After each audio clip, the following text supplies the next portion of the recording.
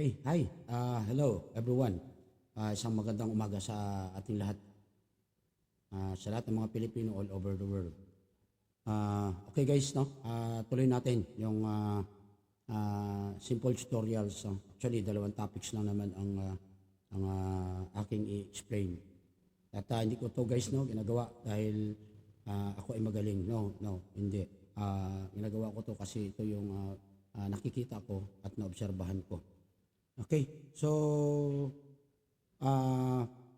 bago ang lahat guys, no, may nagpahabol kasi ng stars doon sa isa kong video.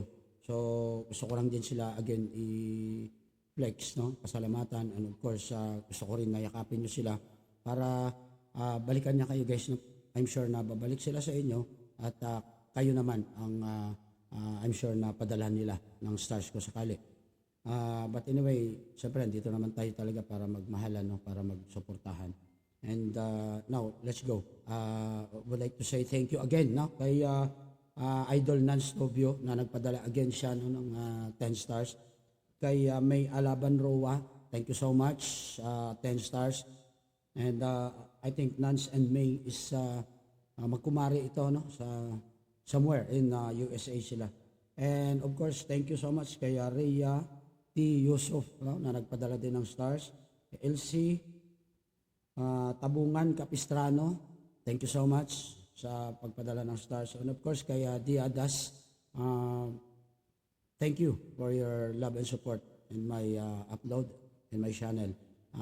Diadas guys is from India, no? So engage natin, yakapin natin kasi these people are very generous and very supportive. Yan lang guys, no? Ilalagay ko sa comment section yung kanilang name link para ma-engage nyo. Yan, thank you. So going to topics kung ano yun, no? Ang unang topic natin guys, na napapansin ko is caption. So usual, marami akong nakikita, marami akong napapanood, no? O nasusundan dito sa FB.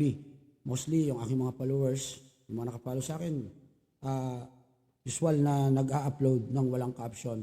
So guys, I highly recommend na highly suggested na maglagay kayo ng captions guys sa bawat upload ninyo. Video man yan, o post, no? O kahit picture nyo nga yan, maglagay kayo ng caption. And dapat yung caption nyo is malapit doon sa inyong content, relevant doon sa inyong upload. Kasi pagka may caption ka, considered as quality ang video ninyo, no? And advice ko lang din na pag nag-video tayo, pagkain man yan, whatever, no, please, i-focus nyo guys sa object na gusto nyong ipakita sa tao para